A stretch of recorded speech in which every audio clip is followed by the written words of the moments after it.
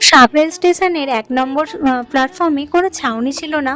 তো সেই জন্য সিঁড়ির কাছেই দাঁড়িয়েছিলাম যে ট্রেনটা আসলেই কোনোভাবে উঠে যাব। আমার নিজেকে নিয়ে তো কোনো রকম টেনশন হচ্ছিল না যে আমি ভিজে গেলে ঠিক আছে, কিন্তু আমার সাথে যে মেশিন, তারপরে লাইট এইগুলো ছিল ওইগুলো নিয়ে আমি একটু ভয়ে ছিলাম। কারণ ওই প্রত্যেকটা জিনিস আমার প্রচণ্ড ভালোবাসার জিনিস। আমি নিজের থেকেও আমার এই মেশিন, লাইট, মেকআপ প্রোডাক্ট সমস্ত কিছুকে আমি ভীষণ ভালোবাসি। তো আমার সাথে যে বোনটা ছিল, সেই বোনটা আমার লাইটটাকে সামলাচ্ছিল আর আমি এই ব্যাগটাকে। কাজ করতে যাবার আগে আমার মনটা খুবই ভালো হয়ে যায়। আর তার সাথে তো আবার এরকম ট্রেনে করে অনেকদিন পর যাচ্ছি, তাতে তো মনটা ভীষণ ভালো হয়ে গিয়েছিল।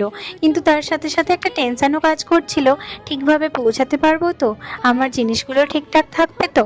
তো এইটাই নিয়ে বাইরের প্রকৃতিটা সুন্দর লাগলেও মনের মধ্যে কিন্তু নানান ধরনের চিন্তা ভাবনা ঘোরাফেরা করছিল। তো অবশেষে দেখো বাউরিয়া স্টেশনে পৌঁছে